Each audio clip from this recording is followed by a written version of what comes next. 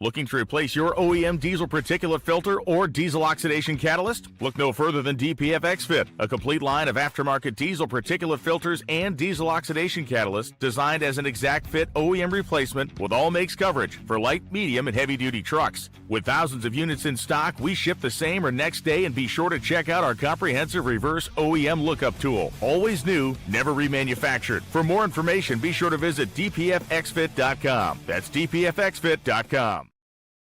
For more than a decade, FTI has strived to become the leader in the aftermarket performance transmission and converter industry.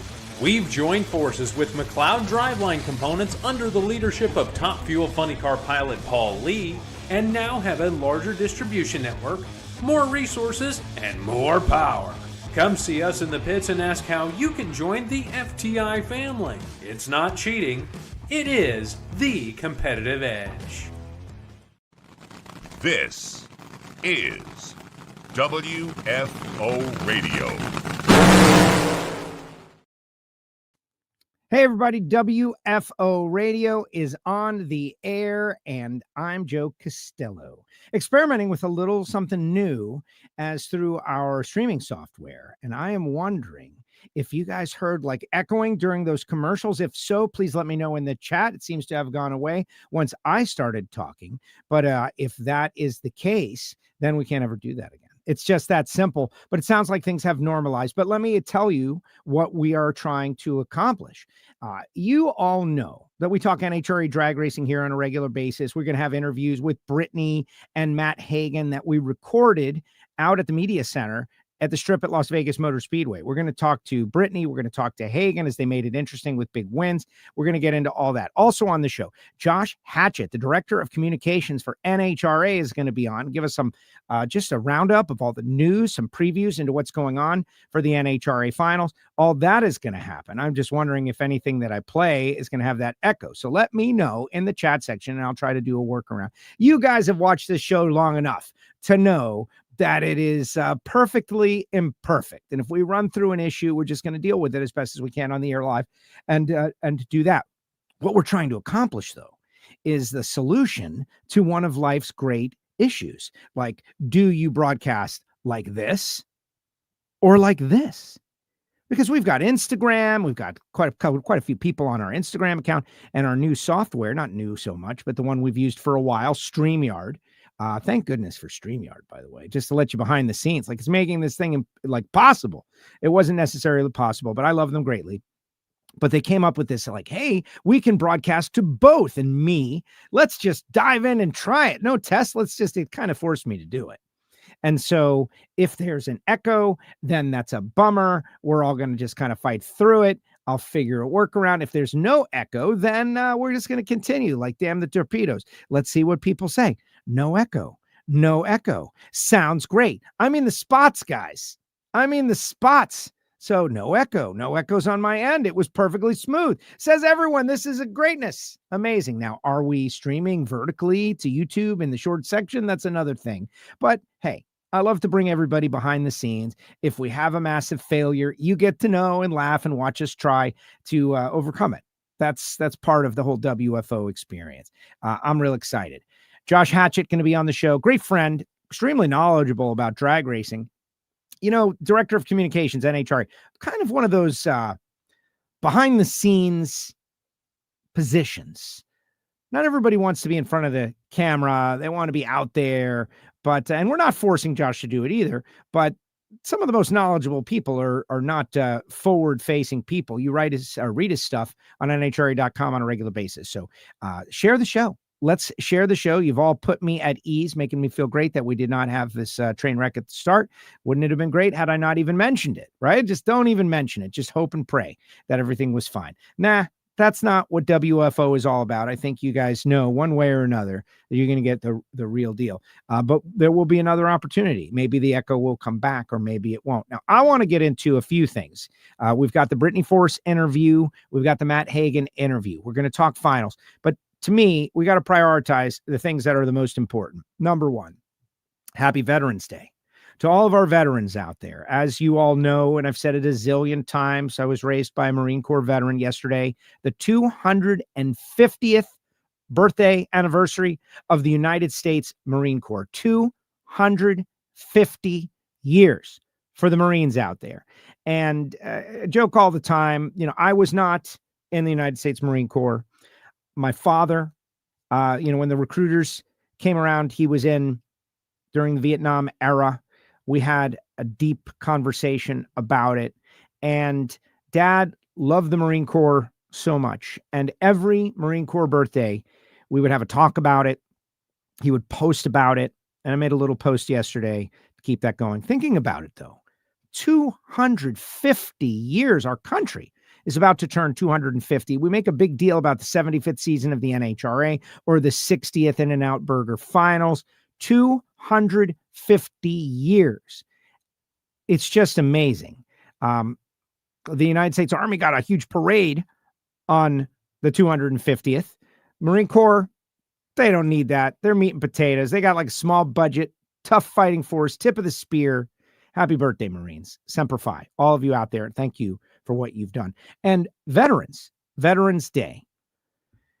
It's such a micro fraction of people who serve. I'm spending a lot of time at the NHRA with the YES program, and I hear the story of the United States Air Force every week. And I meet a different airman talking about their story. They're a recruiter, and it just, fills my heart. I do think if I could have gone back, I might change my route. But I got to say, those who did, like my friend Paul, countless others who serve, who race, Pete Lanciers, Battleship Sailor Navy, we appreciate you guys. We appreciate you guys. And it's like, yeah, thank you for your service. Thank you for your service. Hey, thank you for your service. It's like one of those things like, does it have meaning when all these people are saying it? Well, it has meaning when I'm saying it. Thank you for your service. We know what the world could be like if people just gave up on service. It means something big. And we do honor those who are our first responders at every race. NHRA, in my opinion, and I'm a part of it, and I do value the work that I do.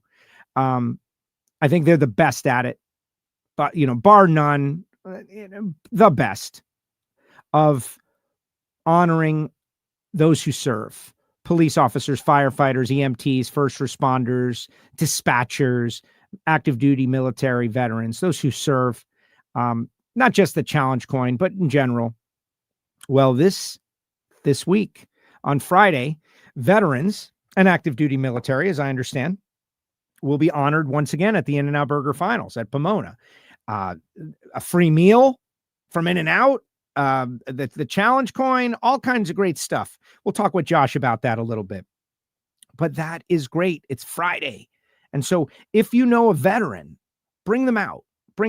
And yes, I'll be honest, could hide it. Is it self-serving? Maybe. We want to get our veterans. We want to pack the grandstands with people who served and give them a good time.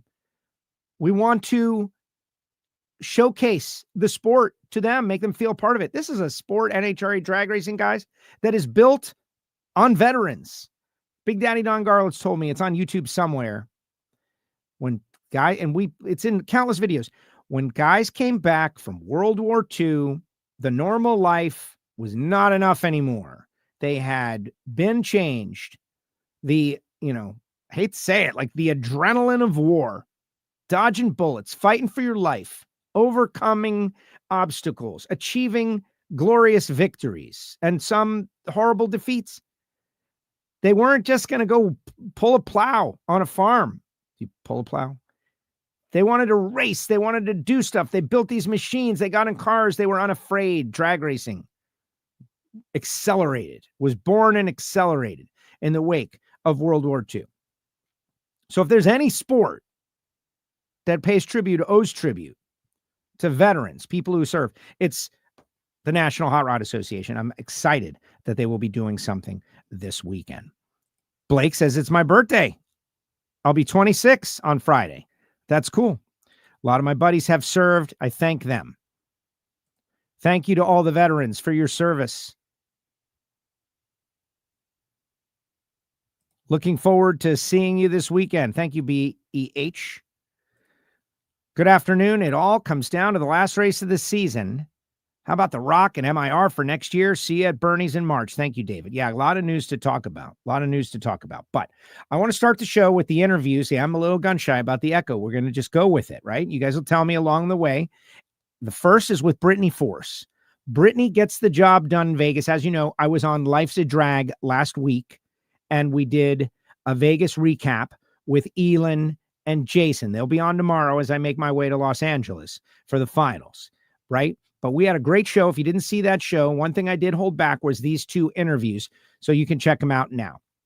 The glow and the aura of Brittany Force, able to accomplish, of course, she would have loved to win the championship. That wasn't in the cards. She's a two-time champion. But let's face it, she had to get a win before the season was over, just to commemorate her guys, her career, the whole thing. She announces her retirement. Would she be able to go out on some sort of a high note? And she did. She got it done in Vegas, a tremendous victory over Sean Langdon. She had success. Langdon beats Doug Coletta. So much to talk about that race, and we did on Life's a Drag. But they didn't get to see the Brittany Force interview. Let's all watch it together. Brittany Force, John Force Racing. She and I have done this interview many times because she wins in Vegas so often. And let's check out Brittany Force. Here we go. And here she is, Brittany Force. We have done this interview a few times with all your wins in Vegas. We might as well do another one. But Brittany, this one's got to feel a little different. It is. It's, Pomona's closing in so quickly. It's coming up so quickly. And I announced in Reading that I'll be stepping out of the seat at the end of the season. My husband and I are going to try to start a family. So when that countdown kicked off, it was this new pressure that came on, and it was, we want to get to that winner circle. We want to end strong, and to win in the countdown would be incredible. It'd be huge. Obviously, we were chasing a championship, but then, now reevaluating, looking at, coming into Vegas, coming into Pomona, these last few races, we want to get to that winner circle. So to be able to do it here, we did it last year here. This is our lucky racetrack. So proud of every single one of my guys, David Grubnick, John Collins, and the entire Chevy team. Yeah, John was on the starting line, and, we go to John a lot because David is so deep in thought and whatnot. You guys were having a good time this weekend with the mask and the fun, but it has to be, exciting to win, but also a bit of a relief. Like, yeah, we got one in here. Oh, yes. Because there would be this added pressure going into Pomona if we couldn't get it done today, this added pressure of ending the season strong, getting another win. We're still going to do it. We're still going to chase down that win in Pomona. But to be able to do it here, at least it takes the pressure off a little bit. And every single one of my guys, since I told them what my plan was coming into the season, every single one of them has told me, we want to win one more. We want to get you in that winner circle. We have to get you in that winner circle. And it's awesome to hear them say that, but have their support through, the decisions I've made and, my decision at the end of the season, and they have my back through it all, and they wanted to get me to that winner circle. Yeah. Makes sense. You have to do it. You got your sisters, your whole family. You guys got to try. I get it.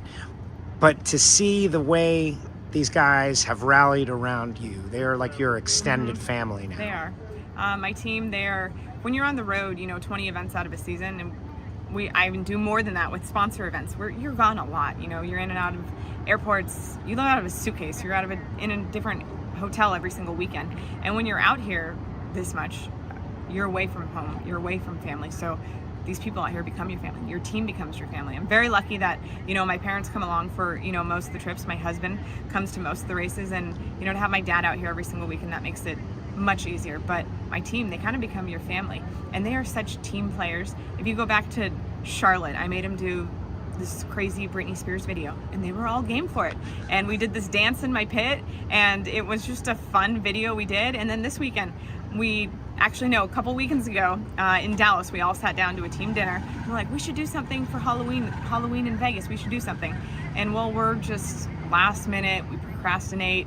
And the morning that I was driving to Vegas, so Wednesday when I was driving over, I'm on the phone with my guys. Guys, I'm in the Halloween shop. What should I buy? Like, this is so last minute, but let's find something. So we went with a monster theme, since we're, monster team.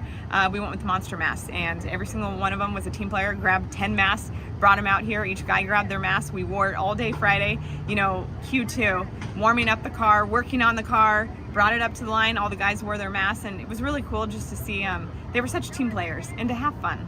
That is awesome. No, listen, it's so exciting. I mean, beyond the news of drag racing, this has been a very fun season. It's been great to watch you kind of really blossom in this season, kind of realizing what it means to you. Thank you. I know you're not going anywhere, though. Like, you're going to be at the track, right? Yes. Like, Josh is going to drive the car. Yeah. That has been announced since the last time we talked. And you know, you correct me if I'm saying this wrong, but you're going to be running John Force Racing in a way, right? Is that fair? We're still, things have not been decided yet. We'll make announcements, still a little bit later. But yes, my main thing was when I stepped out of the seat, my main focus, my top priority was I want to keep this David Grubnick team together. I want to keep him together. I want to keep him under the John Force Racing umbrella. And I want to continue to watch them succeed because I know that they're not done. I know that there's still so much out there for them. And I want to watch them continue to move forward. And so that was a big top priority for me, was keeping them together. So it's been in the works for, a long time. Trying to, find a way to make it work. And we did that, bringing Josh Hart over. He's going to get in the seat of my car, and I'm really excited for all of them next year. I am. All right, go celebrate. How do you celebrate on a night like this in Vegas? What do you do? Well, we usually hit up a Mexican restaurant that is Grubnick's favorite. It's way off the strip, so I'm sure we'll end up there.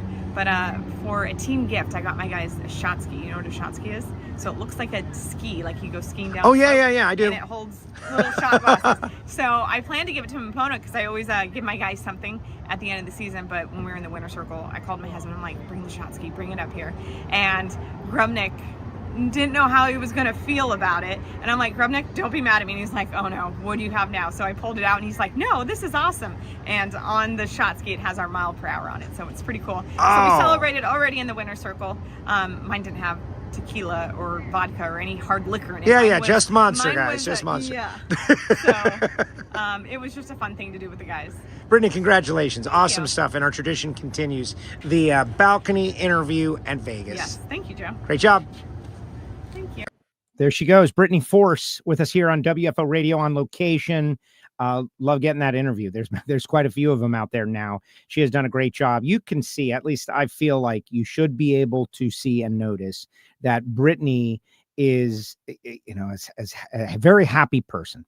Simple as that. A very happy person right now. She loves her team. She loves her guys. She loves her sport. She's made a decision, a big decision, a difficult decision, and she delivered on something. Like, I would watch out for Brittany Force this weekend, as we are seeing with so many different racers. Like, when you get that pressure off of you, you perform even better. And so I wouldn't be surprised if Brittany Force didn't go out there and have a great weekend this weekend as well. I'm excited for Josh Hart. The SEMA coverage was pretty amazing and intense. All the breaking news. We'll talk a little bit about that. The Rockingham, the TBD race has been announced. What do you think? All those people who said, so many of them said they won't even be a TBD race. It's just going to be, and no, it's going to be Rockingham.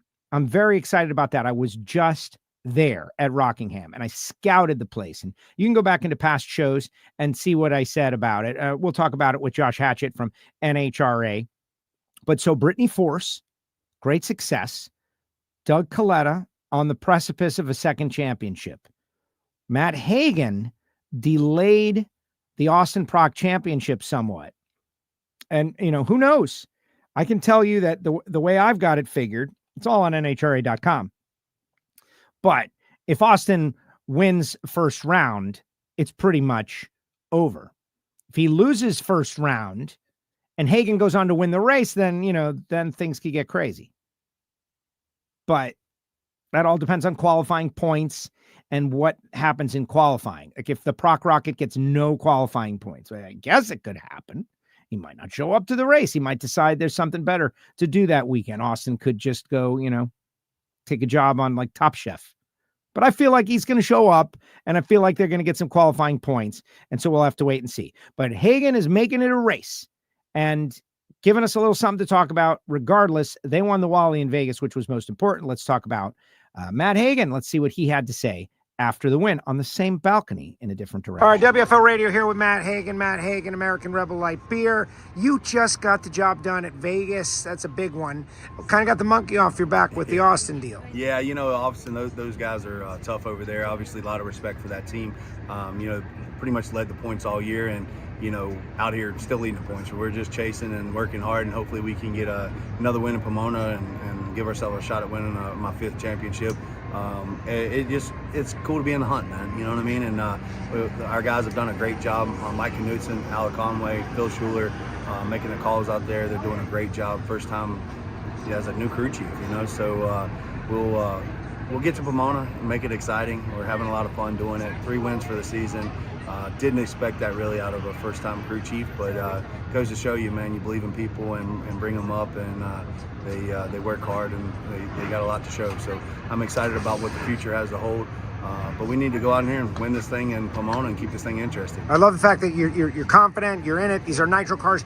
Anything can happen, a reason to go out there. But the run that I think was the key, I think it was the semi run that you guys threw down. You were in the 80s, and that forced them to step up. Yeah, no, I think that really did push them into, a situation where they're not really used to. They're usually running, 500-600s better than everybody else, and we were right there knocking on the door, and I told Newt, I said, dude, we got nothing to lose, just go out there and race as hard as you can.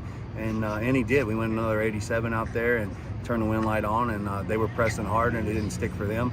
And here we are talking to you, Joe, talking to all the winners on WFO. But it's been a good weekend, man. And unfortunately in Dallas we had a blow up that kind of didn't, got us behind the 8 ball a little bit, and then things lead to not qualifying well and having a hard round first round. So we come in and set the pace on Friday, and we had a really good run. We've been down the racetrack every run this weekend, and I think that's what we kind of need to grow into Pomona, and hopefully that first 2 runs out there always kind of set the pace. So that's what I'm looking forward to in Pomona. Well, go celebrate. Great job. Big All win. right. One more to go. Thanks, Joe. There he is, Matt Hagan. Hagen taking the time for us after the big win, media center responsibilities, giving us a plug there. Thank you very much, Matt Hagen. Yeah, I'd like to think that WFO Radio has done pretty well over the years. We've had a great season. We're going to continue through the off season, by the way, guys, as is Life's a Drag. Whether they know it or not, they know it. We're going to keep going with a lot of content to discuss. We're going to do what we do each season, try to connect with every champion out there, which means Sean Bellemere will be on the show at some point. And Justin Lamb, congratulations to Justin Lamb, got the job done this past weekend, doubled up in super stock and stock. He had to win the race. Like, that's one that I can't imagine. Now, as someone who is starting a very minor Lucas Oil Series career and likes to think it would be fun to be in pressure-packed situations and see what happened to me. Justin Lamb, 5-time champ, right? It's old hat to him. Had to win the race to become the champion. And he did. He won the race. Beat Craig Gaultier in the final. Sorry, Craig. Jeez. Justin Lamb, what are you going to do, right? Craig Gaultier made a nice post. This guy's been hunting his first win. He's been to a couple of final rounds. He's like, I'm glad the championship went through me. That's right. Craig Gaultier is the answer to a trivia question now. Like, who did Justin Lamb beat in the final round to become a 6-time world champion? Like, that's awesome to be in that, to be part of the Justin Lamb career. You'll get your win, Craig. It's coming, baby. It's coming.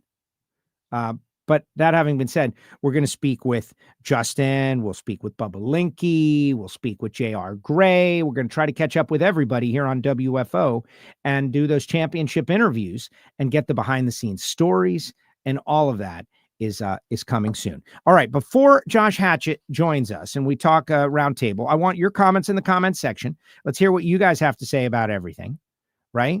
Like, Erica running winter season in Pro Mod. There's so many great things. Like the round table, I started tweeting the SEMA stuff. I didn't go to SEMA this year, as many of you know.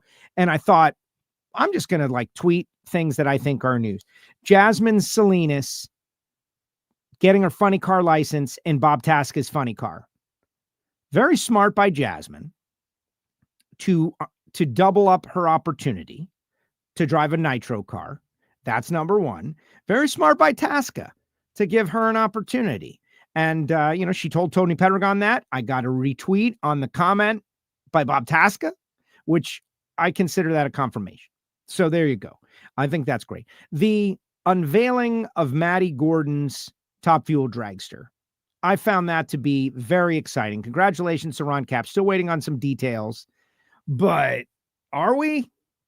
The crew chiefing job that happens at Clay Milliken's with Tony Schumacher, with Jimmo and Nicky now being separated on the two cars, made me go, where's Rob Flynn going? What's up with that? And I'm not suggesting that he's going to be the crew chief for Matty Gordon. I'm not suggesting that.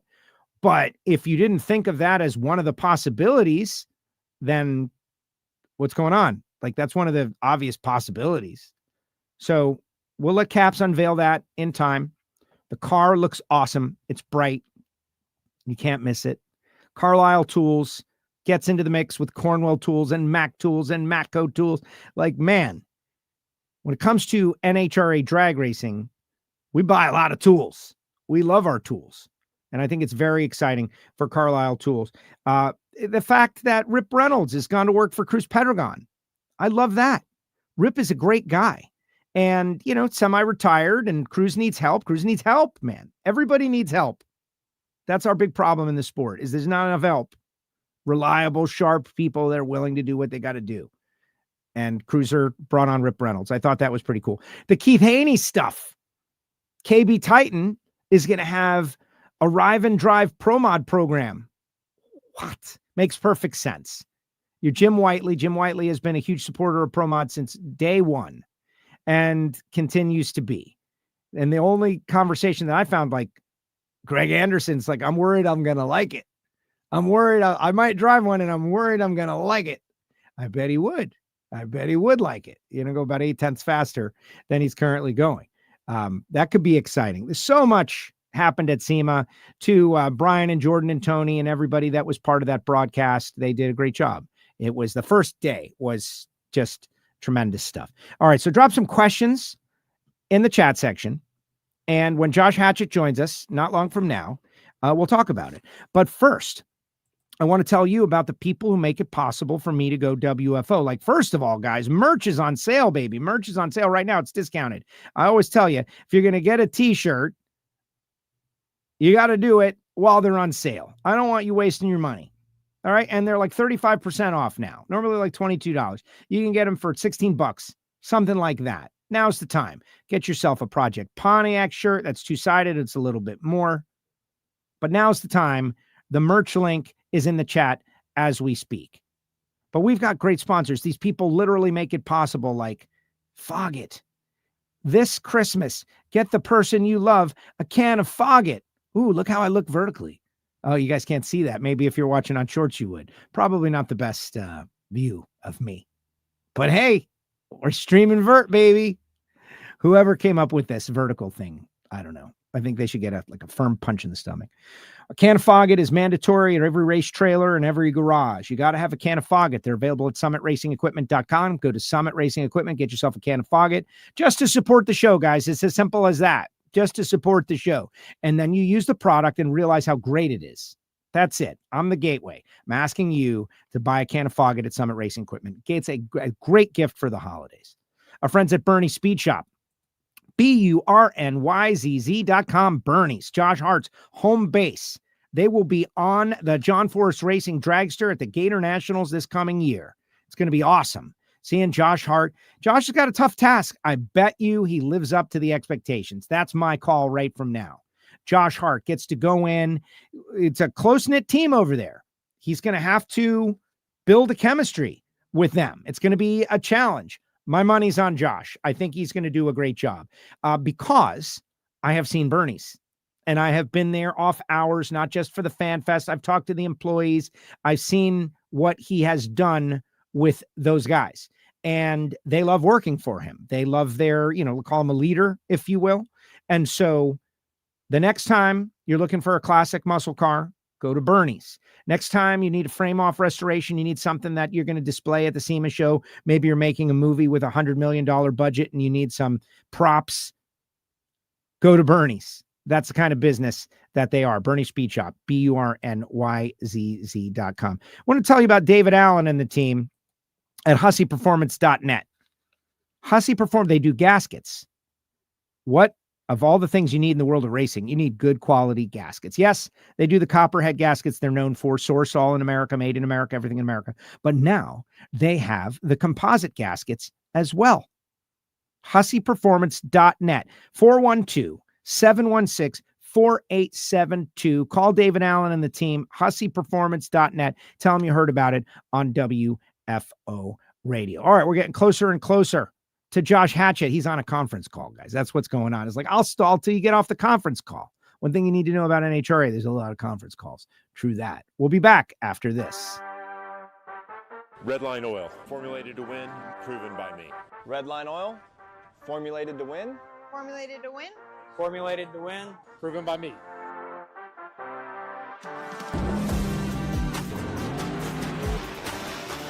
Formulated to win, proven by me. Proven by me. Proven by me. Redline Oil, formulated to win, proven by me.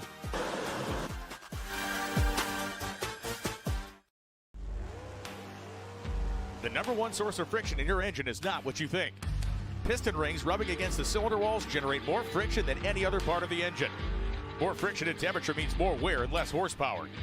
Fortunately, the team at Total Seal knows how to reduce friction and wear through innovative piston ring design. If it takes a piston, Total Seal can build a better ring.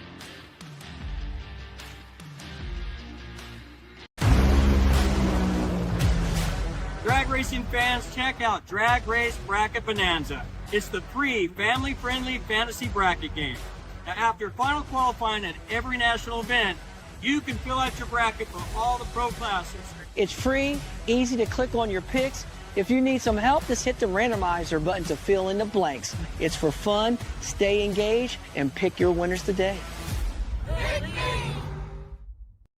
it's Antron Brown, driver of the Macro Tools Top Fuel Dragster, and yes, I'm a 3-time world champ. But you know what? When I win, I go straight to WFO Radio, baby. I want to see you listening in. Yeah, I want to see you listening in. I got to get a new one. He's a 4-time champion, right? I don't like asking people for liners, guys. I need to be a little more aggressive. That's why I got to hire somebody, right? I should hire a producer to go out there and do all that stuff like, hey, we need a liner from you and get it. That would be cool. Yeah, but there's nobody out there available to do social media, I do all that stuff myself for the most part. That's why it's not that great. The show is good, though. The show is good. All right, Josh Hachat, getting ready to connect. We're going to talk NHRA storylines. We're going to talk championships. Let's see what C5 Pete says. Greg versus Erica driving in the World Series of Pro Mod. You heard it here first. That would be cool. That would be cool. All right, but listen, guys, okay? All joking aside, let's not get too far ahead. Like C5 Pete, you're really ready to skip ahead of the finals? You're that excited? I love the World Series of Pro Mod. I was there at the very first one. I helped out. It's a Florida track. But do we really need to skip ahead to 2026? I don't think so, man. Let's roll it out in the proper cadence. Oh my God, let's get excited about the Gator Nationals, man. It's going to be great. Oh, let's talk about next year's finals. Man, next year's finals are going to be amazing. Don't jump ahead. C5 Pete. Derek says WFO. Blake says Crude needs lots of help. Yeah, man, I don't know. I'm kind of saying it in a negative way. I don't think Cruz needs help in the right areas.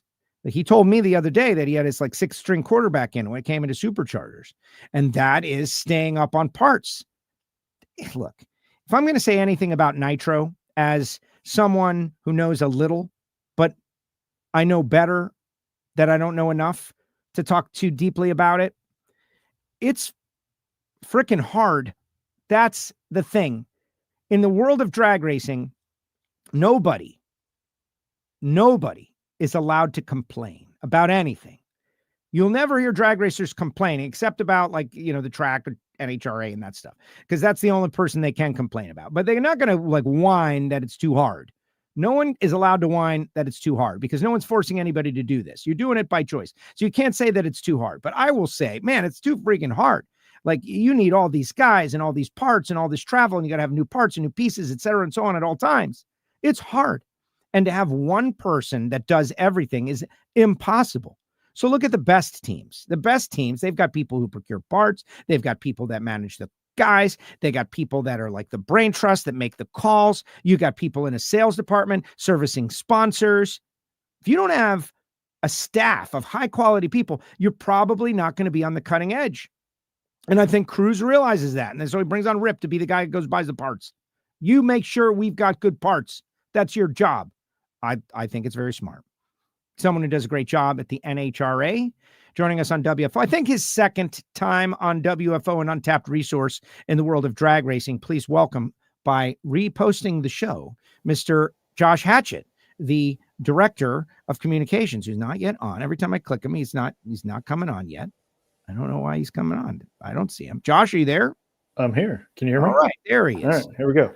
There he is. There we go. Yeah, the software, as you know, of someone who is very computer literate, has changed, right? Without my permission, it has changed. And so the way things worked yesterday are not the way they're working today. So I'm learning to fly a new plane on the air for the first time.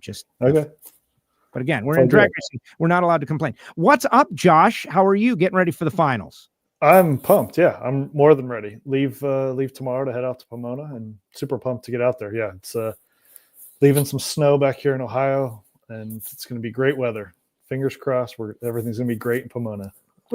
Pumped, super pumped. Yeah, a lot of cool things. Obviously, it's great to end the year in Pomona. So let's learn a little bit about Josh. We might have done this a while back, but let's learn a little bit about Josh so that people feel a connection to you and how you got into this. So how did you get into this, Josh? Drag racing. NHRA is not your first drag racing job. You've been working through and around drag racing. I first met you, years ago at the big pro stock race in Orlando years ago. So how did you get here? Like, give us your quick arc of your career.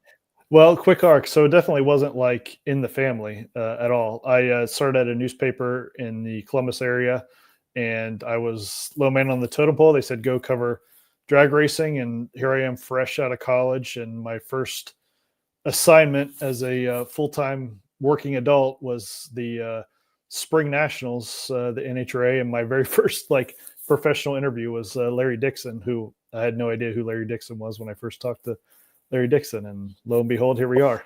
So I covered the event for several years before it went to Norwalk, and then just kind of stayed active in the sport, did some stuff with ADRL and freelance with Wes and Drag Illustrated, and went to the Door Slammer events, and just I've done a lot with NHRA kind of behind the scenes over the years, working with the PR department as a contract employee. And then after pandemic, it was the right time to come back here, and lo and behold, here we are having a blast.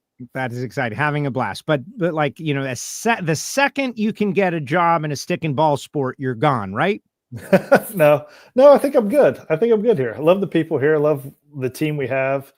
I think I'm good. Yeah, it's a great vibe here. You love drag racing. Well, that's the thing. So what lesson do we all learn from that? It's about exposing people to the sport. You had not known about it. You saw it. You fell in love with it. You're making your career in it, and you really enjoy it, and you're not going anywhere. There's probably 1 million more people out there just like you that would love to be a part of drag racing that don't know anything about it. And coincidentally, that's your job, Director of Communications. You got to get the word out. How's that going? Good. Yeah, I think we're on a pretty good run here the last few years.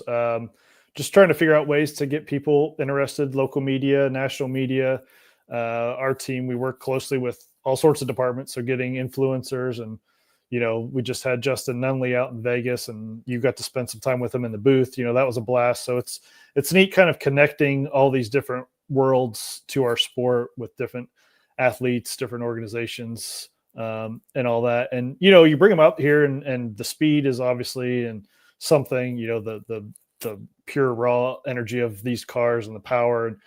But it's, for me, it's so much more than that.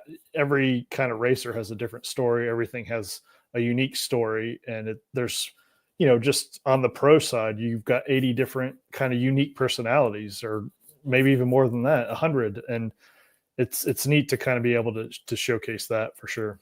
That's really what draws me, is the personalities and just everyone's uniqueness on why they love the sport, what got them in the sport, what drives them, all that good stuff. Oh, I totally agree. And it's hard, right? you don't have enough bandwidth. Like we don't have enough with all the channels. And you got National Dragster, and you got the Fox show, and you got the social with Nikki, all the work that she puts in. We featured Shelby Williams this past weekend, and that interview, like I sat and watched it, and I was, hypercritical of myself. I thought she did a tremendous job, and there's just a zillion amazing stories, and to sort through them and create them, it is a great challenge. Let's talk about the finals as we get ready for the final race of the year. It's amazing that it has gone so quickly. I feel, I don't know, two feelings at once, right? Like the season just started, and also I'm kind of ready for it to be over. What a season it has been. So let's just set the table for the finals. I already talked about Veterans Day, but that's been a big deal. The past couple of years, we do a lot for the veterans. They can get a free meal, challenge coin, come out, great opportunity. T-shirts, proceeds go to vet ticks. Give us the highlights on that in case I missed anything. Those are the main ones for sure. So Friday, there'll also be kind of like a red carpet entrance for any veteran to get tickets and get in there. Obviously, there's a discount. The In-N-Out stuff, I mean, they're just awesome. In-N-Out providing a free meal for any veteran on Friday. They've done that every year. In the spring, they did something for firefighters. With the fires out there, they did something cool there. So. Yeah, and then the challenge coin and the event shirt as well. So we're going to do a parade during qualifying with all the veterans, and just kind of, again, a nice show of support for them. It's really become a big part of this weekend for sure. It's been great. It just adds this extra energy to the finals. It kicks us off with like a boost. Because you got all these, something that's bigger than drag racing happening. Let's just face it. It's bigger than drag racing, honoring the veterans. That's number one. Number two is drag racing. And then we decide our champions. So let's go category by category. So Top Fuel, pretty much locked down. Second championship, Doug Coletta. I'm sure, you and I have spoken about it. There's this thing in sports that once you break through and figure out how to do it, get the monkey off your back, if you will, whatever cliche we want to use, the second one isn't that far behind. And Doug has proven that. Yeah, pretty awesome. I mean, you think of all the near misses, close opportunities, the run, everything, second place so many times. He finally gets that first one in 23. But even that one, was super tense, comes down to the wire, winner take all. This one's going to be far different. He's going to show up in Pomona, and it's his. So kind of a neat kind of coronation for Doug, and 2 and 3 years is pretty remarkable, but he's been pretty phenomenal in the countdown. Final round at the first, 4 races, won 2 of those, and everyone else is kind of like do well one race, early loss the next. And Doug was just a model of consistency to start the countdown to be in this position. Him and Alan Johnson, obviously they've clicked. Pretty special for him, 2 and 3 years. He mentioned, he wanted to match Scott, in his championships. And, for a while there, you're like, well, may not ever happen, but now here we are, 2 and 3 years. Yeah. Great stuff. One of my hobbies is the, Alan Johnson cam, right? Like, I think if we had the resources, if we could just put a camera on Alan Johnson at all times, it would be compelling to a lot of people. It's compelling to me. Right. Just seeing his levels of excitement. Like, this is a guy who has an amazing reputation. He's Mount Rushmore of crew chiefs, but he is definitely shows his passion for the sport, man. He's giving big high fives, and he's fist pumping, and he's loving it. And the way they have run in the second half of this season, like they had a little bit of a downtime middle season, first half, and then finishing strong in the countdown. Alan Johnson's reputation in drag racing, like, he keeps getting elevated higher and higher to the highest heights. And it's like, it shows you just how much, like, how addicting winning and success is, right? He's had tons of it. He gets it a couple years ago, but like, it's always like, what was your last run? And if it's a good one, then he wants the next one. It's pretty remarkable. and the Brian Hewson attempt for a Coletta 1-2 in the point standings. I know that's very important to them. I admitted to the world, like, I might have done it differently. I don't know, guys. Like, if I'm the guy in charge, I might have tried to lock the championship up in Vegas and then let Sean fight it out at Pomona. And I asked Bob Lawson at Coletta. I was like, hey, man, all right, this thought that I'm thinking, why is it wrong? And Bob Lawson was awesome. He's like, Joe, the old man does not come to the track to watch Doug win. Wants to see his car win. He's here to win races too. And sure enough, Langdon goes out there, beats Doug, and goes to the final round. And I thought, like, all right, that's awesome. Like that's what we all want, I think, out of this sport. Oh yeah, there's no gimmies even between teammates. You know, you race to the end, and whatever happens. I mean, obviously they had a pretty good idea that Doug was comfortably ahead. It would have taken something crazy for him not to be in a winning position on, you know, Sunday in Pomona. And here we are. He's going to end up clinching at the end of qualifying on Saturday. But yes, they take it, you know, we're going to run competitive no matter what. And that's, you know, that's always good to see. Absolutely. Now, the top number 1 and 2 is not guaranteed, though. Justin Ashley, Tommy DeLago, and Jason McCullough, they got something to say about it, and we'll see where it all finishes out. I think they had a really good race in Vegas, and Brittany, right? Like the Brittany Force story. We will get to that. I guess let's do that right now. She delivered something that was maybe not officially promised, but certainly expected by her fans. They wanted to see Brittany win one more time before she went off to start a family, and she did it. Man, you were like in Dallas. You're like, okay, this might be it. She's going to win. They're running well, you know, even in the heat, putting up crazy numbers, and then you know, just that craziness happens in the semifinals. Can't make the run. You're like, you know, maybe that's it. You know, missed opportunity. It's going to end without a win, but that was super special. That's, you know, the stuff you kind of, from my perspective and so many other fans' perspective, that's stuff that you kind of hope for. Not that you're rooting specifically for a driver, but rooting for a special moment that you would remember. And her winning in Vegas at a track that's, you know, had just crazy memories for her was really neat. But, you know, now we go to Pomona. She set the record there. Obviously that's been, you know, left in the dust from 22. You know, to see her go 340 there and close out with a win, or a nice even number at 20. I mean, that'd be pretty cool too. That's it, right. And so I think Josh is explaining to everybody out there, and this is pretty much how I operate as well. Like we're beyond rooting for anybody, but rooting for a great story that would bring in new viewers and get them interested in the sport of drag racing. That would certainly be one. Like, wow, this young lady from California with a famous father decides to start a family. She goes to her final race at a track, her home track, drops a 340, wins the race. That's an easy sell, man. For the people at KTLA and all, that's a pretty easy sell. Yes, absolutely. And they're all about it, you know, just heading into the race. It's cool to see the excitement from the LA media. You know, KTLA on down the line, LA Times, everything. It's good. It's pretty exciting to see. And that's a tribute to Brittany and obviously the Force family, but she's kind of embraced this run. You know, she's mentioned a few times, you know, Courtney didn't have that opportunity for, you know, whatever reasons. We don't need to get into that, but it was more like, you know, before Pomona, hey, I'm retiring, where she was able to kind of get this out there and make this last 6 races kind of special. You could definitely see that. It meant a lot to her to see the support from fans, like seeing her for, you know, possibly the last time in a racing sense. So that it's been neat to kind of see that culminate now here in it's going to be a very special moment in Pomona for sure. No, without a doubt. And I don't know how she, like, we saw her for her 2 championships there. She was very excited. This is going to be different. I think she's been doing a great job of like fighting off the thought of like, wait a second.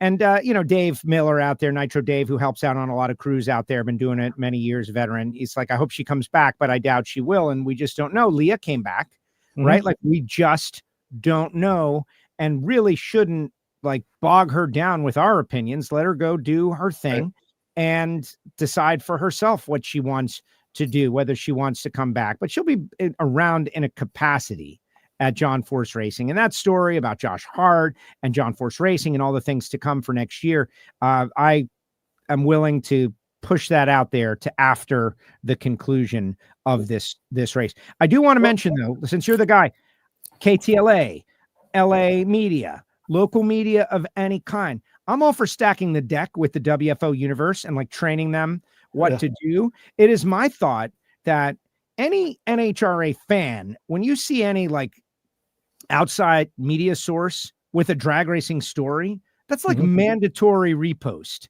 That's mandatory share. Josh, am I wrong about that? No, you're 100% right. Yes. Mandatory. Mandatory. It's about the driver that you hate the most. Yes. Share. It's a drag racing story. They need to know that our stories will gain traction. I spoke with Mike Bryson at Auto Week earlier this year, and he said, man, the drag racing stories get a lot of traction. Yeah, they do. Yeah, it does really well there. That's a, you want to find compelling stories. They've done a nice job there of putting out unique stuff. So yeah, a very complimentary of the media that we've always had and the media that we've kind of picked up here in the last couple of years. There's a lot of like kind of young up and coming sites and personalities covering the sport. And obviously that's what you want. So and back in the day, nobody will talk about this. Like this is Josh's job, right? Like it's not send a press release and it ends up in the paper. No. That's not how it is. Everybody knows about media industry disruption and all of the people that used to be there and they're not there, and there's new people there and there's not even people there anymore. It's a craft. You got to build relationships with actual individuals. And, my hat's off to you for doing that. Like the grunt work, the time, like meeting people and talking to them about the sport. That's how it has to be done. Appreciate it. It's definitely a lot of work, but the drivers, they deserve the credit. Once you can kind of sell that relationship, they come out there and they meet these drivers and their stories. They get to, they're sitting in the cars doing live hits from the pits and stuff like that. Our drivers have been so cool about just doing different things. Austin Prock took someone down on a live hit during the hit, went down the track in a Camaro and as they were doing the live hit here at Pomona a couple of years ago. So they make it way easy on me. Excellent. It's it's a big part of it. And back in the day, like things that it's hard to compare. Back in the day, there were so many fewer sports options, things. And you had RJ Reynolds Tobacco funding the deal, right? It's a very different universe here in 2025. And I think more sports, less people to cover it. So it's an interesting dynamic for sure, but no complaints here. Exactly. Well, but look at me though. I've made a whole thing myself on NHRA drag racing, and I'm hanging tough, hanging tough. Thanks to HusseyPerformance.net, quality copperhead. Thanks to David Allen and the team. Redline synthetic oil. But all right, let's move to funny car. Is there any other Top Fuel story that you think we need to talk about? Obviously, Josh Hart going to Force. That's a story. But I look at the sheet. Tony Stewart sitting 5th in points. Let's get a comment on that real quick. Like, what has Tony Stewart meant to the sport of drag racing from your perspective? He's brought just a ton of credibility for sure. People that obviously are well aware of him and what he's done.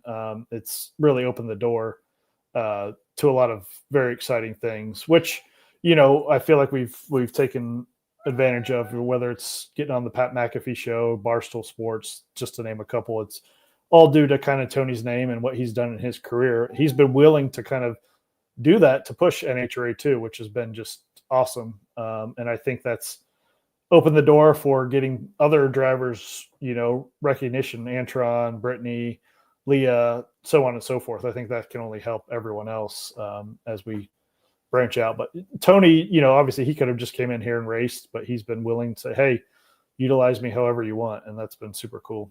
Yeah, he has been great and gracious and helpful in many different ways.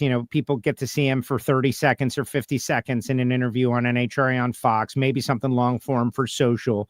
But you really see the power of Tony Stewart when the cameras aren't on, when he is just like being himself and not on the air, which is, it's an interesting situation. All right, let's talk funny car. Austin Prock, the Austin Prock factor, a season of total domination. He's on the precipice as well. Matt Hagen gets that win to make it not assured, but it is highly likely It is. What are we doing? You don't like the look of the earpods? No, I want going Sans earpods now. He wants to go Sans earpods. Okay, that's fine. You can do whatever you want, Josh. But like, I'm going to notice it. But let's talk about Austin Prock. He has to win first round, as I understand it. Qualifying points are going to make a difference with this. So I can't really say, but if they get no qualifying points, then he's got to win first round. But you give us what you have. Yep, that's pretty much it. Hagen needs like a huge run in qualifying to get under 90 to have an opportunity to shorten it by a round. That's going to be tough though. Obviously that's a lot to make up just in qualifying. So Austin would need to really struggle. Hagen would have to just, kind of crush in qualifying to get it there. So yeah, as it is now, Austin would have to win round one and Hagen, or lose round one. Hagen would have to go on to win the race. If Austin wins round one, he gets a championship second straight year, which obviously he's more than earned. Certainly Hagen has come on strong. That's cool to see the development of that team and just kind of his energy this year has been, he's always had great energy, but this year, especially with the new team and just kind of the role that he's played in bringing everyone along as they battled through a ton of stuff has been neat to see too. Well, what is it? 9 wins, 11 finals, every one of our Friday night bonuses. I'm sure some Mission Foods Too Fast, Too Tasty challenges in there. Season of. If he wins or does well in Pomona, he wins the championship. If someone went in and added up, this is what you get with each win. This is what you get for winning Indy. This is what you get for the regular season championship. This is what you get for winning the call out mission, all this other ones for a championship. I mean, I think you'd be pretty impressed. A pretty healthy number if you go in and add it up. Well, exactly. Could it be the richest single season in drag racing history? I would like to know those numbers as well. But our listeners, they're very astute, Josh. That's the thing. It's like when you're on WFO, you got to be ready for everything. And the Pits podcast confirming what I thought was happening, that your cat. Guilty. Guilty. A historic first on WFO radio, guys. Good job, Pits podcast. I wasn't going to call them out, but the second you did, hey, we have cats here, man. We have cats here. They get sequestered during the show. We've got 5 cats. What makes the difference with Austin Prock? Why is he so good in your opinion? And is he the guy? You become a star by showing up over and over again. John Force is a star because he kept winning. He wasn't a crazy person one time. He was this amazing personality over a 10-year period. He won 10 consecutive world championships, and people might have not liked him, and they grew to love him. Yeah. And what about Austin Prock? As he's not there yet. He's not like an instant superstar with fans loving him like the way they love Brittany. He's grinding it out, man. He's the Austin Prock. He's the talented kid. He's putting it on everybody. Where do you see Austin as a star driver if he becomes a 2-time champ? Yeah, he's definitely on his way there. First off, Austin is willing to do almost anything you ask of him, PR or media appearance wise, which is super cool. He makes time for everything. But what I've noticed from him is just how this means a lot to everybody. Everyone takes this seriously, but this is kind of a different level for him. Obviously he was born into this, family's deeply embedded in this, but he takes every aspect of this seriously. When he's not at the track, he's thinking about it. He's doing stuff to get better. He's working on the car. When he's there, he takes this extremely seriously, everything he can do. And you just kind of hear him talk about it where it's just like, I could have been a split second quicker getting back into the car when it shook or this or that. Like every little thing he takes seriously. Like this is like a legit race car driver who wants to dominate, who wants to be the best, who wants to win every single thing possible. And I think that's, without that, you can be great, you can be really good, but I don't know that you can be kind of a superstar, so to speak, in our sport. Interesting. I agree. This is his job. It's his primary focus. Yeah. And we can list other great drivers who've had great success. Yeah. You have an independent business that funds the deal. That's got to be your primary focus. Yep. Because, and the sport once was that, and then it became, I don't know if there was ever a time where most of the drivers got paid to be drivers. Like, I don't know. It was always kind of a self-funded sport at some level. Corporate sponsorship came in for a while. And now, as we're figuring it out, it's a nice mix. It's a hybrid, right? But Austin Prock has experienced it. He knows if he doesn't do everything he can possibly do, his talent is not enough to keep him in the driver's seat. He's gotta have money. And the way he's doing it is by being a badass on the track. Yeah. And you can just see his intensity. Like, if he's just sitting there and his legs, going 1,000 miles an hour, as he's thinking about racing or looking at this, or, he's up on the starting line all the time, watching for stuff. He's just totally in tune to drag racing. And, there's a lot of people like that, but you definitely see that in him. And that's definitely made a difference. 100%. And a great and fitting champion as far as domination over 2 seasons. This is one of the greatest 2-year runs ever. And for Jimmy and Thomas to do it together as a family, that family team united together, like if this thing keeps going, it's going to be really hard to knock them off of the top. We'll see how that all plays out. Any Joe, other funny? Yes. What do you last year or this year, what year do you think has been the better year for him? Because I say this year. I agree with you. I agree with you this year. Last year, Austin, what was great and dominated, but I don't think he didn't have the target on his back. He didn't have all the extra stuff that comes with being a champion. All these other drivers were like, let's see how the kid does. And it's like, oh, damn. Now everybody knew exactly what they were getting. And he went out there. He's got 9 wins. It could end up being 10 wins. Like, that's amazing. So I think anytime anything can happen once. Once you become a 2-time champion, it's a little bit different. So I think the second one is a bigger deal. Yeah, I agree. Excellent. I'm glad we concur on that. That's a good deal. Yeah. All right. Next, any other funny car stories you think we should, talk about as we move along? I mean, Hagen, great year. They got a great team, great year. Just, they were rebuilding, and I think they've done a great job rebuilding. Daniel Wilkerson finally emerging. We love the kid. We want to see him do well. Spencer Hyde, he's in the contest for Rookie of the Year. We want to see him out there. He's probably the Rookie of the Year this year. Tasca, 10th in points. Maybe a little bit of a disappointing year for Bob, for JR Todd, but they'll be back. Anything that strikes your fancy that you want to throw out there?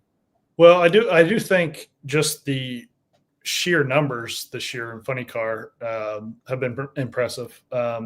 21 in coming to Pomona. I think we had 20 in Vegas. We've had 20, plus 4 or 5 times this year. I think the depth is pretty impressive this year. I think there's 14 or 15 full-time plus tons of talented part-timers. So I feel like funny cars in a very, very good place.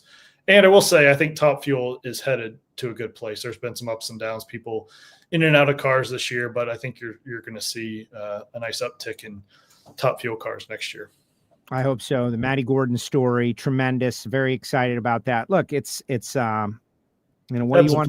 what do you want to see? Right. Ebbs and flows. There's always been ebbs and flows. It's always been up and down, both categories, like balancing each other out. Funny car strong, pro stock strong, pro stock motorcycle getting stronger. Top Fuel. The cars that are there are the best of the best.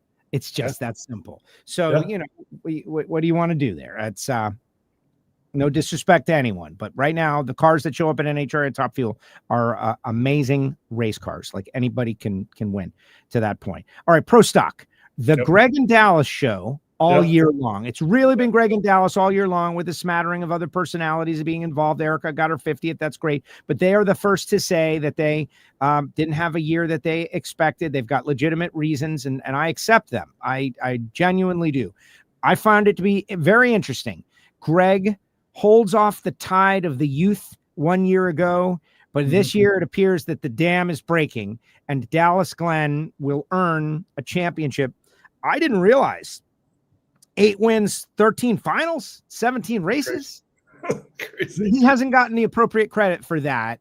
For, I guess, I don't know, maybe because his car is white and everybody thinks he's such a good guy. But that's a dominant season in pro stock. You're not supposed to be able to do that. Yeah, that's, I mean, between him and Greg, I mean, what is it? 13 wins out of the 17 races, 14 wins, I think. That's remarkable. Dallas has been awesome. It was kind of neck and neck, and then you've kind of seen Dallas pull away in the countdown. He's been superb. He's kind of remarked how good his car has been. Obviously, he's been tremendous on the starting line. And this is kind of like, I don't know, maybe it's, kind of his coronation moment where, an easy comparison to me is Jordan and the Pistons. And, it took him a couple times getting knocked down by them, and last year was the ultimate kind of like tough moment where he gets it to the final, winner take all, loses to Greg. That was Greg's kind of shining moment. And now this year is that next year when Jordan and the Bulls sweep the Pistons, go on to win the championship, and they go on their obviously crazy run. That's what it kind of seems like Dallas, is doing, neck and neck with Greg all season. But he's just kind of pulled away a little bit here in the countdown. It seems like it's, you hate to say foregone conclusion because anything can happen in Pomona, but it seems like he's on the right track to get this first title, which would be really cool to see.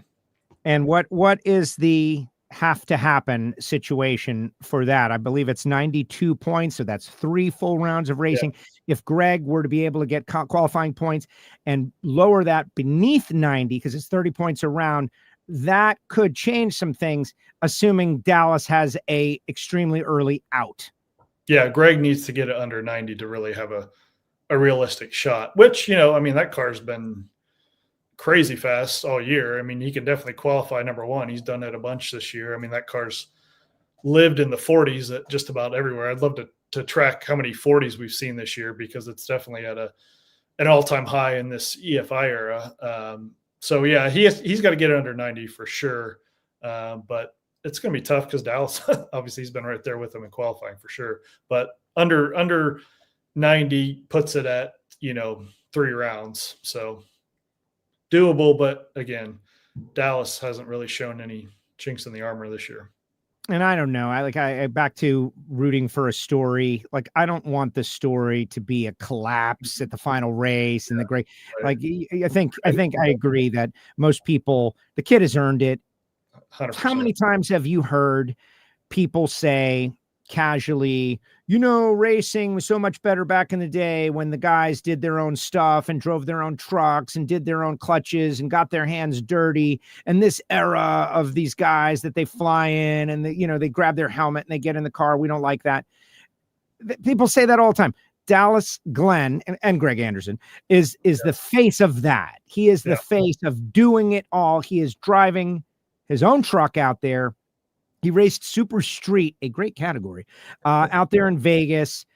Dallas Glenn, if you don't have a fan, someone you're a fan of in this fight, then he should be your guy because of all those reasons. Yeah, he's a workhorse for sure. Behind, in the shop, on the car, everything speaks to where pro stock is as a class. So many young, talented drivers for sure. Absolutely. Allie Bland out there says, Josh, stunned that you're on here, I guess. How about a repost there, Allie? Let's do it. Right. Yeah, right. Exactly. Blake wants to know, let's get a fan question in here. What are you excited about for next year? I don't know, Blake. I don't know if I want to go past the finals, Blake. I'm retracting the question, Blake. It's the 75th. I mean, there you go, right? It's the 75th. Look at Josh. 3 new places we're going to. Well, we are going to talk about that before we let you go. That'll be the final thing. And then Pro Stock Motorcycle. Okay, this is it. Like, I think everybody has got an emotional connection here. It's Richard and Gage head to head inside of one round. As I get it, unless something crazy happens in qualifying, whoever goes farther in eliminations is the champ. Do I have it right? You have it right. It'd have to get over 30, which seems unlikely for that to happen. I think this is like for me, the ideal way for Pomona to play out, where you get kind of one champ on Saturday. You get to like celebrate their season and how special that is. He gets his attention. You get one that could come early, like say Austin. You get one that maybe comes a little bit later in the day, if that's Dallas or, what have you. And then you've got one like we've had the last 2 years, that comes down to perhaps the final pass of the year, winner take all. Richard versus Gage, the dominant champ versus a guy seeking his first championship. 2 years ago we had Leah versus Doug, last year Dallas Gregg, and now potentially Gage versus Richard. So that would be cool to see that one go down to the absolute wire, winner take all. Richard's just an awesome ambassador for the sport, so well spoken, such a cool story and upbringing to see kind of where he is now. And obviously we know Gage has won everything possible for 2.5, almost 3 years. So pretty remarkable. It's so exciting. And I'm going to talk to the people who don't like motorcycles. All right, guys, listen, I get it. Okay. I grew up in a car household. My dad was like, Joe, I had a friend that died on a motorcycle. Don't get on a motorcycle. And so I was just like, on motorcycles, whatever. But when I started to really cover the sport, I fell in love with the people that are on the motorcycles. I can't relate to riding one. I can relate to driving a top fuel dragster more so than riding one of those motorcycles, man. I just can't relate. But you got to put like that weirdness aside and just pick one of these people. Just pick one. Gage, the machine, man. The machine. He's like the Terminator. He's coming at you. He's just coming at you. And that one race, trip zip to 005. Like that tells the tale right there. And then you've got Richard Gadsden, who is like, I can do this too. And not afraid, Philly guy. He's out there. He's ready to fight. This is awesome what we have to root for between these two characters, and they're on the same team. They got the same equipment. Nobody's got to worry about, the rules and the weight break and all that stuff. It's just heads up between these two guys. And it's Eddie versus Andrew, kind of. Right. There's a lot of layers here. It's going to be super fun. Well, and remember, 2 years ago, Eddie's final season, he's trying to get that 50th, and then Gage just beats the heck out of him, I think 5 straight final rounds to end the year. So that's probably in the back of Eddie's mind as he's tuning Richard to get this championship a little bit, all in good fun, but very competitive at the same time. Richard's not afraid to dish it out. He's very kind of confident in his speaking and his abilities, and just a genuine dude for sure. Really like everything he brings to the table. It'd mean a lot to see him win the first championship, but there's no denying just how great Gage and that bike is either. It's just incredible to see what they've done. Historic run, so many records that he's broken. Chance for 3 straight now for him. Yeah, amazing. And just want to say to Eddie Krawick, who occasionally watches the show, I would have never brought that up, Eddie. Like, it was this guy right here.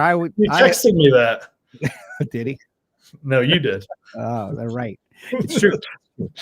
Listen, these stories, the racers don't forget anything.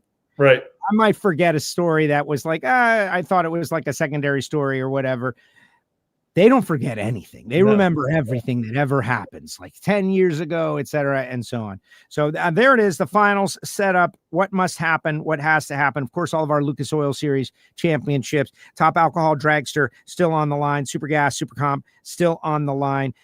Competition Eliminator still online. We're going to go through all that. It's going to be fun. But before we let you go, let's talk about, someone asked about SEMA news and everything. To me, the one that is really, really a big deal is the return of the Rock. And more importantly, the three new races, right? I was watching some action from Budds Creek, from Maryland, that I was like, man, okay, we're going there now. Suddenly I'm more interested in just like stuff that's happening. Oh, we're going there. I was just at Rockingham. Rockingham was announced as the TBD race, South Georgia Motorsports Park notwithstanding. We can talk about the other two in the future. Let's talk about the Rock. Big deal. I scouted it. I think it's going to be great. I think it's going to be a blowout, super blockbuster race because the Charlotte crowd isn't ever bad.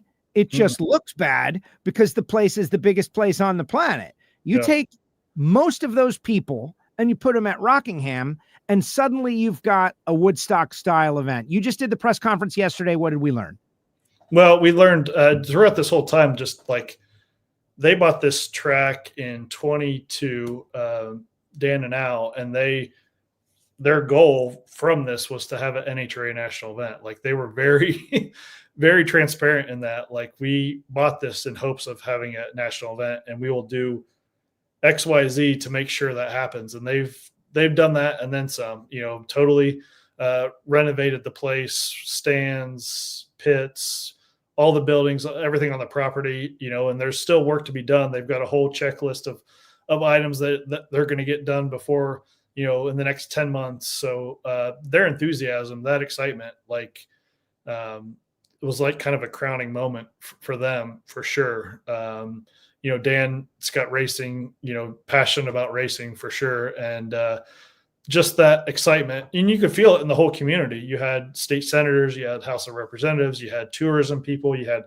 city managers, you had all sorts of people there yesterday as part of this announcement. You can just kind of see and feel that energy and their passion for having NHRA involved. And that just kind of builds on itself. It makes NHRA excited. It makes the fans excited. You can just kind of, that collective ball is rolling downward, and you can just kind of feel that energy coming. And, we still got 10 and a half months before we're even there. But that's a racing community, that's kind of had its ups and downs. NASCAR came back last year across the street with the Xfinity Series and trucks. And now here we are coming next week. So some major happenings in this city, and you can just kind of feel the energy, the excitement for it.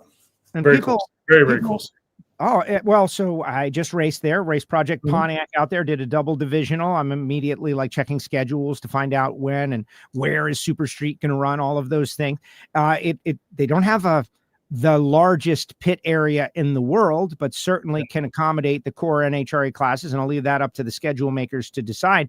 But what many people were wondering about is, other than the race, what's the community like? And as I understand it, they held the U.S. Open there, Pinehurst, 20 minutes down the road. They have had major events in the area. There were multiple hotels. There was a lot of things going on there. They're trying to develop this area, and the NHRA is going to be a part of it. That was very exciting. Yeah. You get this is going to be a marquee event. The whole town is going to kind of shut down and come together for NHRA being there. And, you see that at a Brainerd and an Epping, and, there's probably a few other ones right off the top of my head, but that's going to be the case here is okay, hey, NHRA Nationals at the Rock is this weekend in September. And it's going to be a whole deal. You're going to have stuff Thursday, Friday, Saturday, Sunday, just centered around this race and at the track. And yeah, it's going to be very kind of festive atmosphere for sure. All right. And so my question was, because I went down to they have these concrete seats and it's kind of carved into the side of a hill. And I think it's got so much potential. And I'm really good at spending other people's money, right? We could build a mega. I don't want to do that. I don't want to be that guy spending other people's money. But the viewing perspective of this race, a countdown race, is going to be one of the best on the whole tour. I do know that there were some updates that they said that they're gonna make. Can you share what they were or what they say about that? Because they were working on replacing those concrete stands, and they were about, I would say, a third of the way done with what they were going to do. What else did they say they had to do? Yeah, so obviously complete that is the first kind of item. And then they're doing a couple things with relocating the fence and making some improvements there, increasing. They talked about this yesterday as well. The height of the track walls have to be raised a little bit for a national event, relocating the scoreboard, extending the track walls down a little bit as well. Some new pit area, new asphalt pit area as well. So they've got a whole 7-8 items that they're still working on leading into the national event, all with a kind of pretty strict timeline of when they want to have it done well ahead of time. So I think looks good now. It's going to look even better September. I'm very excited about it. I'm excited about the Rock, new venues, new energy, fresh faces, not at the expense of any of our old partners, but this is good. This is good stuff. And let's see what they do. And that's that. Any final thoughts, Josh? Anything that we didn't discuss that you wanted to, that's something that's on a headline that you think that the WFO universe needs to think about before Pomona in the finals?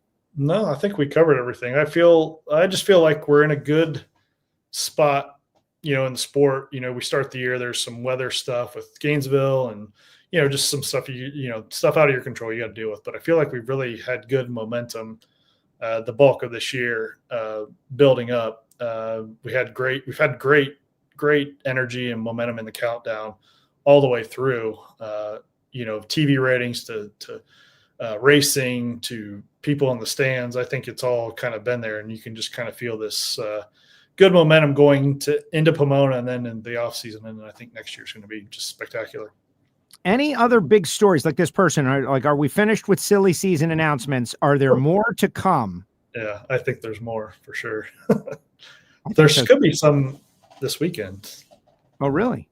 We'll see. I don't know. I have no details, but there's more to come for sure. Well, so on that, media expert, when is the right time to drop big news, in your opinion? Like, this is something I wonder. Is it this weekend as the finals are happening and people are thinking about drag racing, or is it in the wake after that's over, in the afterglow, and then you wait for PRI? And like, there's an art to this. What do you think? Well, I think dropping it right on top of a race weekend is tough. If you're talking about maybe early in the week, I think you can kind of build, as energy starting to build for, Pomona, if you've got something Monday, Tuesday that you want to announce, but putting it right on top of the race, you could argue maybe it doesn't, it kind of defeats itself, or, kind of self-combusts on itself or whatever. But I think you have to be strategic but coming right off of it, you're ending the season. You've got all these people talking. I think you got to deal with Thanksgiving and holidays, but I think you want to keep it fresh in people's minds. So I think you look to right after the year for some big announcements too, I think is the way to do it. And longtime listener Derek, he knows how it goes. As soon as WFO goes off the air, that's when emergency broadcast, though, right? That's it. As soon as we went off the air, that's when years ago, before you took over, they would drop all the news, and I would be like, click, and my email box would fill up with all kinds of great stuff that I could have talked about. It's like, guys, 1 hour sooner, please. Right. Josh, thank you very much for joining us on the show. This was a good time. Did you enjoy this? Oh, it's a blast. Yeah, love to come back. Are you willing to do more in the future? Absolutely. Anytime. Excellent. That's great. No, I appreciate it. You got a great passion for drag racing, and you're in the fight, man. You're out there, you're in the fight. Whenever I hear people like say, NHRA, I think about you, and I think about Nikki, and I think about all the people behind the scenes, Kurt Spittler, who are working so hard. And it's like, no, man, those people don't know what the hell they're talking about. So appreciate it, Joe. All right. We'll see you this weekend. All right, sounds good. See you, Joe. There goes Josh Hachat with us here on WFO Radio, Director of Communications for the National Hot Rod Association. Good stuff. And there you go.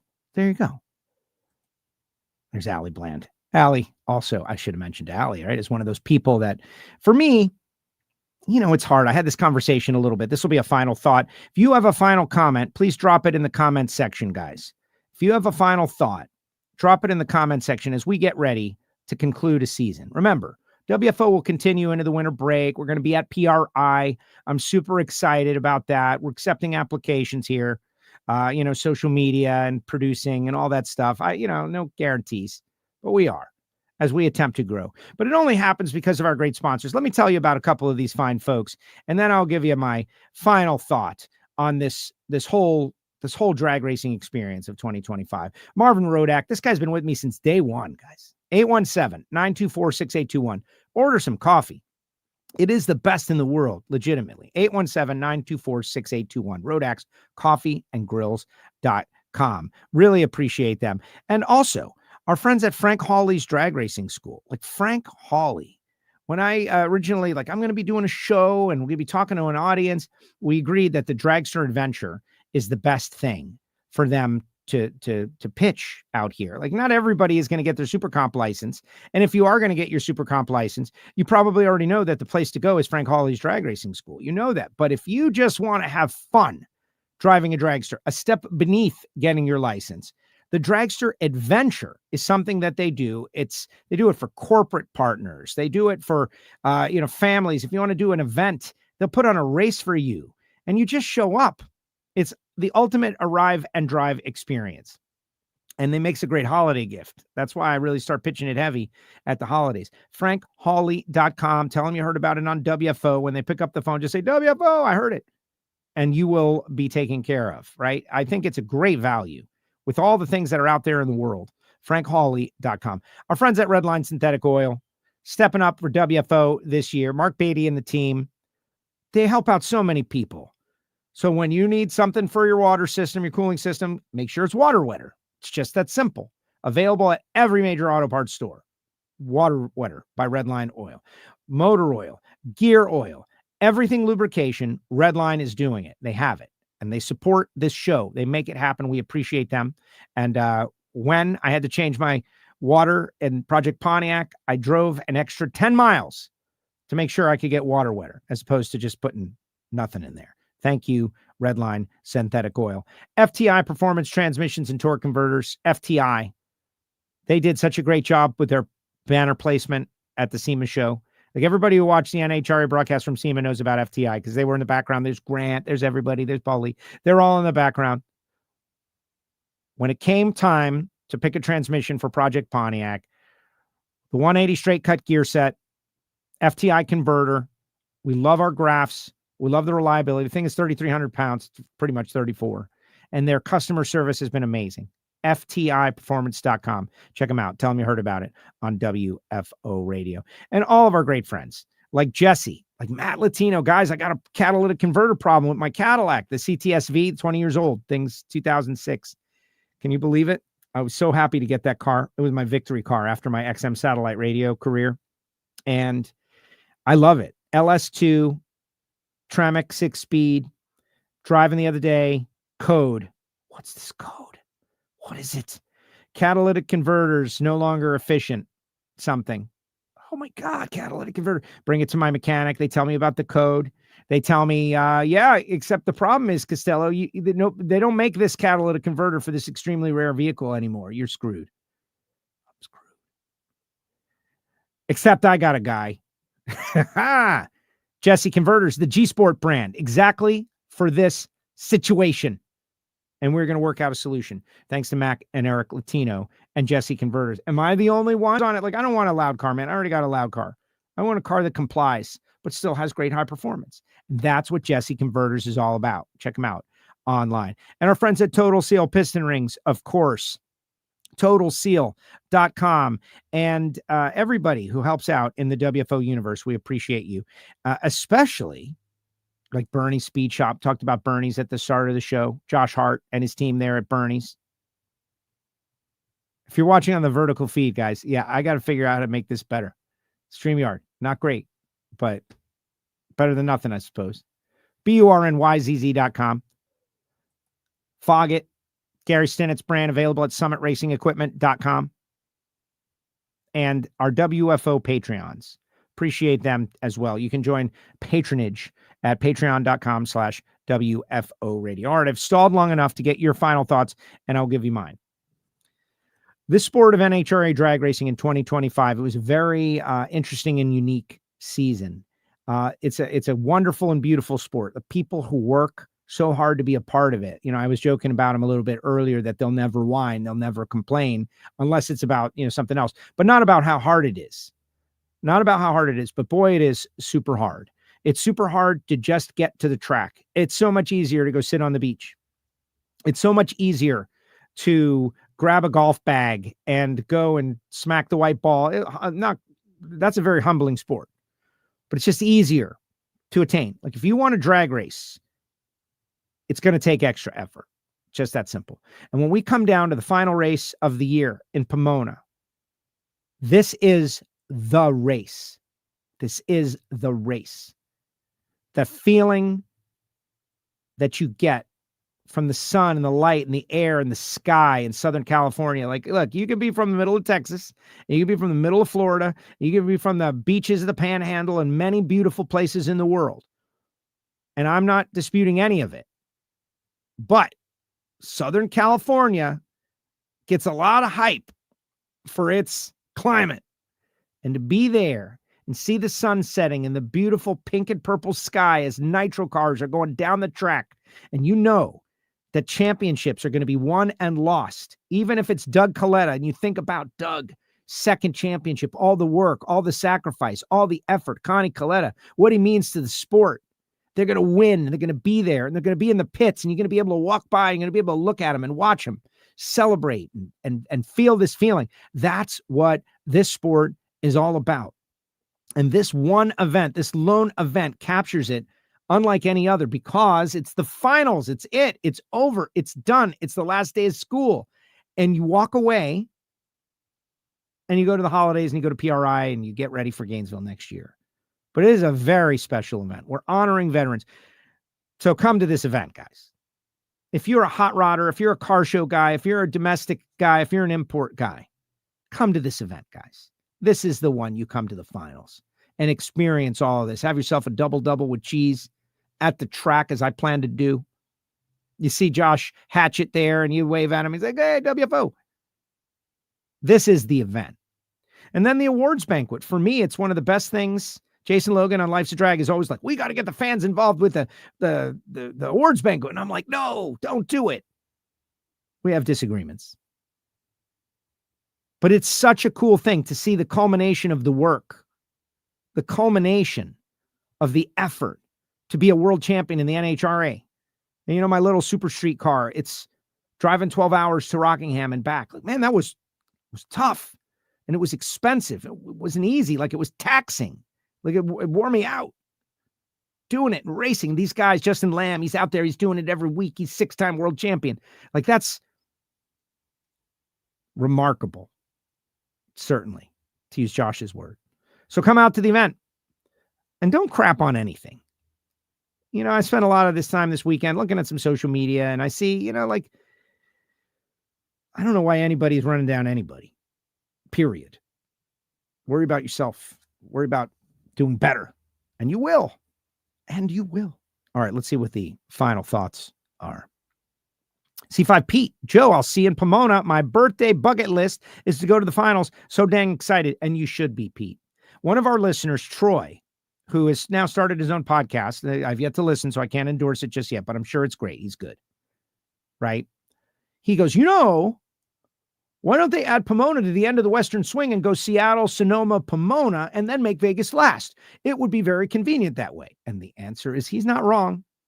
It would be very convenient that way. But you would damage something that is like a religious experience for drag racing. The finals at Pomona.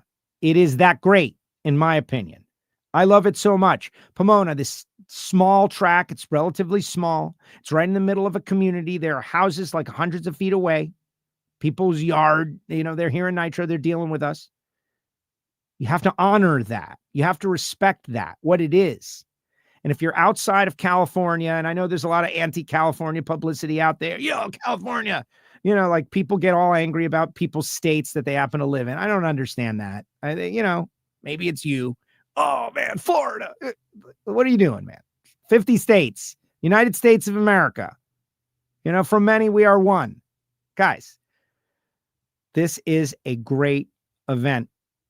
It's a great event. Richard says, thanks for a great live show. Thank you very much. Ant Dog says, I will not miss Reading or MIR. Well, you shouldn't. All the new venues. By the way, good luck getting in there. Good luck getting in there. Get your tickets. Limited number of tickets. Why are they limiting the tickets? Why are they letting money go? Let me get ahead of that. They want to provide a great customer service experience. That's why. So they're going to limit the tickets to make sure that they get the traffic flow right and they get the food right and they get everything right and they got enough for everybody. And it's, you know, they have soft opens for a reason in the world.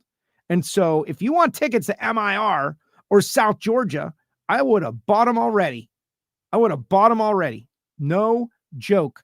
Because there will be someone that shows up at the gate. There's like, hi, I got my money. Can I come in? They're going to be like, I'm sorry, no. Fire Marshal Bill is over here. And he says, no. That's at least as I understand it. Great show today. Safe travels. Thank you very much. Travel tomorrow morning. Yeah, a little concerned about that. Glad the government shutdown is ending and hopefully everybody goes, you know, is working and they do not cancel flights from Miami to Los Angeles. The NHRA Finals is on my bucket list too. Way to go, Blake. Great show, Joe. May all your travels be stress-free. Yes, I hope so. Sunday could possibly be the last time we see a Force go down the racetrack. Wow, Steve Brenwell. Way to bring it down. But it's also true. It's also true. John Force, Brittany Force, Courtney Force, like someone with the last name Force, not Force bloodline. The bloodline is strong, but last name Force could be another reason. If you're within a 15-hour drive. Yeah, he says, I hope not. Double. Yeah, you got to get it. Don't crap on anything. WFO Joe. Thank you, Allie. Yeah, well, really. But everybody knows I try to be positive as often as is possible. Don't worry. There's negativity, but I try to not put it out there. I have a lot of bikes, might have to build you one. I went to a bike park about 10 years ago in Los Angeles, and I got the idea I should have a BMX bike. Probably better than I don't. Dave Miller, also still too hot in Pomona in August. Well, exactly. We did that. And you just don't mess with the finals. That's it. Anyone who's been to the finals knows you don't mess with the finals because it's a perfect thing. It really is. It's a perfect thing.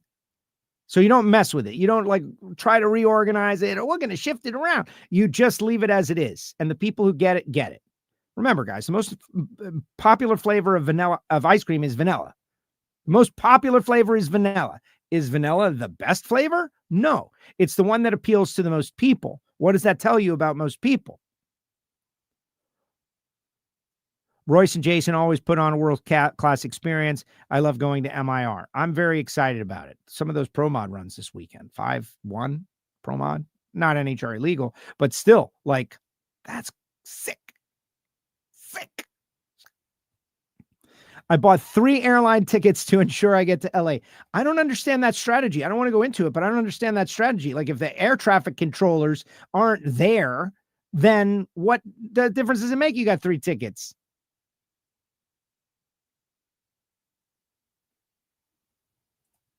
It's just something to cruise around on. Too old for stunts.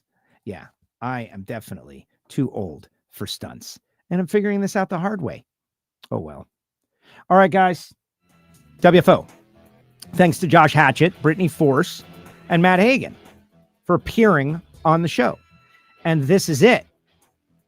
Next week, there will not be an NHRA Nitro in this time slot because I will be traveling back from the awards banquet. I will have experienced championship celebrations. I'll have consumed multiple double-doubles. The season will be over. Good news is, tomorrow, 12 noon Eastern time, Life's a Drag. Jason Logan, Elin Werner. You do not have to change feeds to hear their wisdom. Subscribe, click the bell. Last week, we had a weird issue with our podcast feed, and everything just was delayed. It's like the pipe gets clogged with podcasts, and then they all kind of push out at the same time. I don't know why. I'm researching. We got our tech team on it. I don't know. That's what the deal is. So that's that. Is it going to be Richard Gadsden or is it going to be Gage Herrera? That's a wild one. Austin Prock, I have confidence that they're going to figure out how to bring it home. Dallas Glenn, there's nobody that doesn't like Dallas. What does that tell you? What does that tell you? In this world where if there's something nice, people want to muddy it up. You can't do it with Dallas Glenn. And that's why when Richard Freeman was on a few weeks ago, hearing Erica talk about it, they all want to see this guy get a championship. When you have the respect of your competitors, enemies, when you have that kind of respect, you deserve it. And of course, Doug Coletta is Doug Coletta. There's nothing else you can say about Doug Coletta. Wins the second. All right, guys, that's going to do it. Appreciate you. If you were watching this in vertical on YouTube, comment. How was the experience? Should we keep doing it? All right, WFO, see you in Pomona. Let's do it. The finals.